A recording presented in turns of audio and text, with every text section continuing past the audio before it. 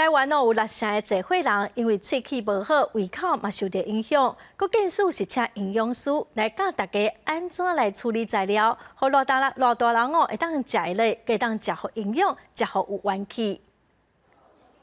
根据国健署的资料，台湾有63.2%的侪岁人因为喙齿无好，倒加喙齿歹保等等的问题，影响因的胃口甲食食的种类。最近国健署辅导做食的业者、志工团体。嘛，请营养师针对食材挑选处理的方式，来教大家安怎互侪岁人食的类更有营养。拣食材我拢讲阿公阿嬷，咱先拣咱爱食的最重要哦。因为你无爱食，唔管什么款的营养拢无效啦。到底爱切偌大块？大拇指第一节就是1.5公分的大小，咱剁个较幼，切落较幼的，上无，互咱每一喙拢保会赢，食会落。我就这要教啊，有的是大喙齿无好。想要食肉粽，阁烦恼饱袂烂，影响消化。志工协会分享引起社区的据点，煮食互侪岁人食的经验。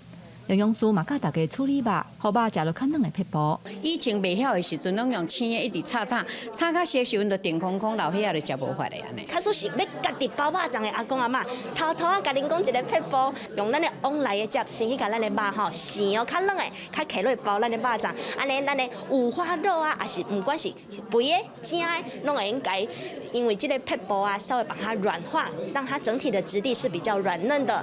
即马进入高龄化的社会。国健署为着照顾民众的健康，透过辅导餐厅的业者，开发适合老人食的菜路，甲各地志工团体、老人会等等上课，互因了解若去社区的据点，煮互时大食爱注意的美角。嘛希望这个计划落实到各地头，互侪岁人食的类食好健康、有元气、食饱二。记者邱丹妮、曾俊佑台北报道。